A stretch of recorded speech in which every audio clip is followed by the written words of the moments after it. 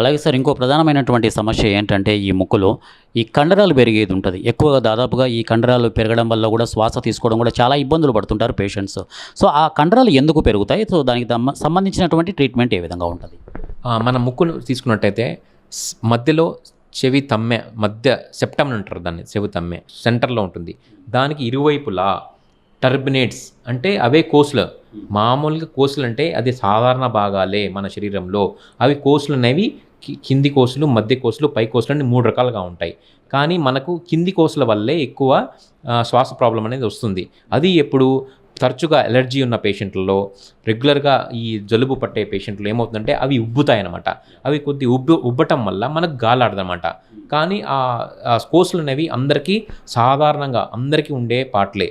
కొంతమందిలో ఈ జలుబు వల్ల, రెగ్యులర్గా జలుబు పట్టడం వల్ల అవి ఏమైనా లావు పెరిగితే కనుక మనం లేజర్ సర్జరీల ద్వారా కొద్దిగా వాటిని సైజ్ తగ్గిస్తాం. వాటిని పూర్తిగా తీయమన్నమాట. ఎందుకంటే అవి చెప్పే కదా, అవి వెంటిలేషన్కి చాలా ఇంపార్టెంట్. ఈ చల్లగాలిని వేడి చేయడం, వేడి గాలిని చల్ల చేయడం ఆ పనిలో ఉంటాయన్నమాట కోసులు అనేవి. సో వాటిని పూర్తిగా తీయము, కొంతవరకు గాలి వచ్చేటట్టు తీస్తాం. మధ్యలో మధ్యముకు ఉంటుంది కదా, అది కూడా సెప్టమ్ అంటారు. దానిలో డీవియేషన్ వస్తుందన్నమాట. దాన్నే డీవియేటెడ్ నేసల్ సెప్టమ్ అంటారు. అంటే వంపు సి షేప్లో కానీ ఇట్లా వి షేప్లో కానీ వస్తుందన్నమాట. అలాంటి వాళ్ళకు కూడా అందరికీ ఆపరేషన్ అవసరం ఉండదు.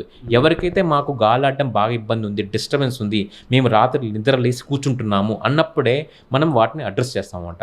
అవి స్ట్రైట్ చేసి లోపల పైన ఏమి కుట్లుండవు, అంతా లోపల ఎండోస్కోపీకే చేస్తామన్నమాట. సో వాళ్ళకి మంచిగా నివారణ. ప్లస్ పేషెంట్లో అపోహలు ఉన్నాయన్నమాట. ఒకసారి చేస్తే ఆపరేషన్ మళ్ళీ మళ్ళీ వస్తాయి అనే అపోహ ఉంటుంది.